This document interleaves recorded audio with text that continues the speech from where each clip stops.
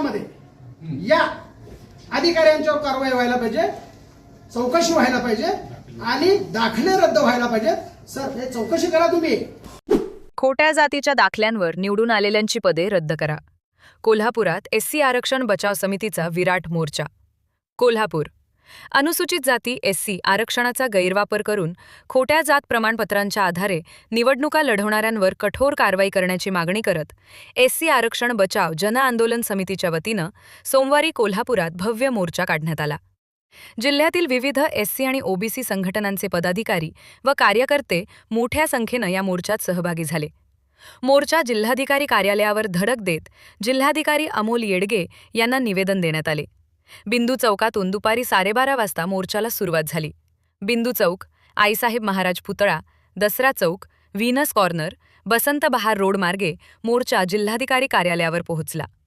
या दरम्यान मोर्चेकऱ्यांनी आरक्षण आमच्या हक्काचे, नाही कुणाच्या बापाचे, हम सब एक है, भ्रष्ट अधिकाऱ्यांचा धिक्कार असो, खोटे जातीचे दाखले देणाऱ्या अधिकाऱ्यांचे करायचे काय, खाली डोकं वर पाय, अशा जोरदार घोषणांनी परिसर दणाणून सोडला।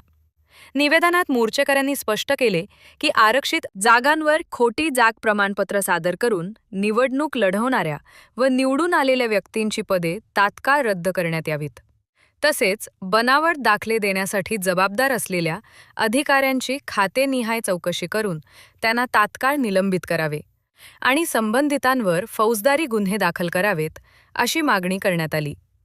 यावेळी आजी आमदार डॉ. सुजित मिणचेकर, माजी आमदार राजीव आवळे, उत्तम कांबळे, नगरसेवक दुर्वास कदम, शिवाजीराव कवाडे, डी.जी. भास्कर, सुभाष रामुगडे, सुभाष देसाई, प्रमोद कदम, विशाल देवकुळे, रघुनाथ मांडरे, लालासाहेब नाईक, प्रेमानंद मौर्य, जनार्दन गायकवाड, रघुनाथ कांबळे, बबनराव रानगे, बाळासाहेब भोसले, पांडुरंग कांबळे, बाजीराव नाईक यांच्यासह विविध संघटनांचे पदाधिकारी व कार्यकर्ते उपस्थित होते।